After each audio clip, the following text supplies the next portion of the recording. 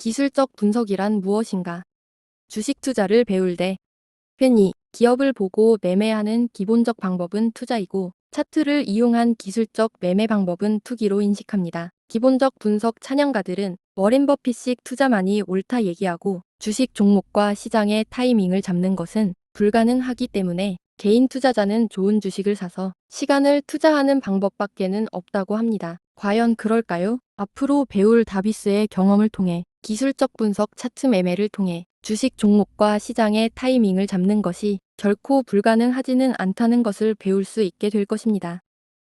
주식 시세와 차트를 꾸준히 연구하던 다비스는 주가 변동의 공통된 특징들을 발견할 수 있었고 그 특징들을 박스이론이란 형태로 표현합니다. 주식의 움직임엔 일정한 틀, 즉 박스가 형성되고 이 박스들은 높은 순서에 따라 피라미드 형태를 이루고 이 중 가장 높은 가격대의 박스에 주가가 위치해 있으면 이 주식을 주시한다. 주가는 고점과 저점을 결정하고 나면 그 박스 안에서는 마음대로 움직이지만 그 틀을 벗어나지 않는 선에서 활발히 움직이는 종목이 좋다.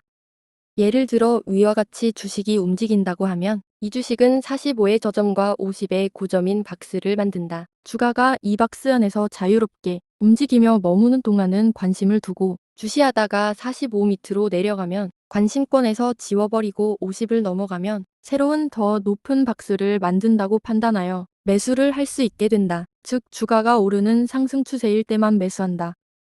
박스권이 이동하는 과정에 대해 정해진 규칙은 없다. 그러므로 유심히 관찰하고 있다가 그때그때 상황에 따라 대응해야 한다. 어떤 종목은 며칠이 걸리기도 하고 어떤 종목은 몇 주 이상 걸리기도 한다. 새롭게 박스에 진입해서 매수한 종목이 박스 안에서 머물러 있는 상태라면 하락해도 정상적인 것으로 보지만 박스를 다시 하락 이탈하면 지체 없이 판다. 무용가는 높이 도약하는 동작을 하기 전에 잠시 움츠리는 자세를 취한다. 나는 주식도 이와 같다는 것을 깨달았다. 50달러까지 오른 주식이 45달러까지 후퇴하는 현상은 마치 무용가가 도약을 준비하기 움츠려 있는 것과 같다. 또 움츠림은 또 다른 중요한 기능을 하고 있었다. 이렇게 주춤하는 사이에 겁 많고 소심한 투자자들은 이것을 진정한 하락이라 믿고 매도해버린다. 그래서 이들의 물량이 빠져나가고 나면 그만큼 매도 압력이 적어지기 때문에 이후 더 빠른 상승이 가능해지는 것이다. 다비스를 초보자로 만들어 주었다는 박스이론이란 것은 사실 대단한 기법도 신박한 기술도 아니며 초등학생도 따라해 볼 수 있겠다 싶은 너무 쉬운 주식 매매 기법입니다. 대단하고 복잡한 메커니즘이 숨어 있는 기술적 매매 방법을 배울 줄 알았는데 실망하신 분들도 있을 것 같습니다. 앞으로 계속 배우게 되시겠지만 트레이딩 대가들의 기술적 매매 방법은 정말 단순합니다.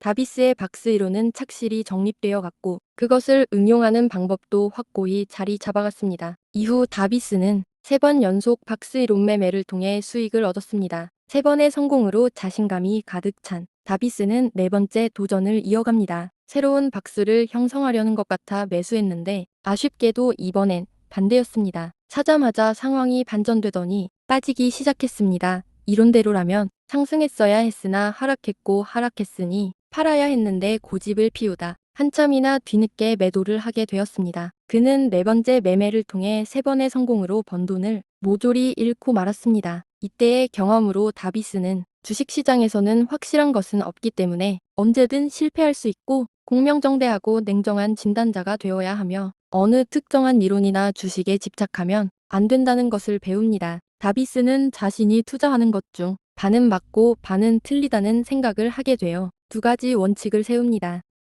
1. 손실에 빨리 대처하기. 실수를 현실적으로 인정하고 손해를 조금 봤을 때 즉시 팔아야 한다. 내가 산 주식이 예상했던 가격 밑으로 내려갔는데도 그것을 그대로 보유한 채 하루를 넘기는 것은 위험하다. 다비스는 매수와 동시에 손절매 가격도 같이 생각하기로 합니다. 물론 이 원칙으로 인해 손절매한 후 다시 주가가 상승하는 일도 있었지만 큰 손실을 입는 것보단 낫다는 게 다비스의 결론이었습니다. 2. 손해보다 이익이 크게 하기. 절반만 잘하고 절반은 못한다면 결국엔 이득은 없으며 수수료로 인해 파산을 하기에 손해보다 이익을 크게 가져가야 한다. 다비스는 그동안 소심한 겁재기처럼 조금만 오르면 다시 빠질까 불안해 금방 팔아버렸습니다. 이것이 잘못되었다는 건 알았지만 항상 겁먹지 않도록 훈련한다는 것이 너무 어렵다 생각해. 다비스는 오르는 주식은 그대로 계속 보유하면서 내려갈 때는 언제든 손절매 주문이 나갈 수 있도록 지정가를 정해두기로 합니다. 기계처럼 감정 없이 정해진 로직에 따라 매수와 매도를 하게끔 스스로를 설정해 둡니다. 다비스는 최고가의 주식을 팔 수 있다고 믿는 것은 어리석고 욕심만 가득하며 불가능하다고 판단했습니다. 이러한 다비스의 판단은 지금도 널리 퍼져 업계에서 판다로 전승되어 지금까지 이어지게 됩니다. 다비스는 우량한 주식의 가격과 거래량을 분석하여 박스이론을 적용해서 최상의 매매 시점을 잡고 이익은 크게 손실은 최소화하는 매매를 하는 전략을 세웁니다. 다비스는 올바른 매매를 하기 위해서는 주식에 대해 냉정하고 감정에 흔들리지 않는 태도를 유지해야 하며 오르는 주식을 보고 이성을 잃고 쫓아다니거나 내려가는 주식에 흥분하고 화를 내서는 안 된다 생각했습니다. 주식은 사람이 아니므로 좋은 주식이나 나쁜 주식은 없으며 오르는 주식과 내리는 주식만 있을 뿐이다. 그러므로 오르는 주식은 보유하고 내려가는 주식은 냉정히 팔아야 한다는 결론에 도달합니다.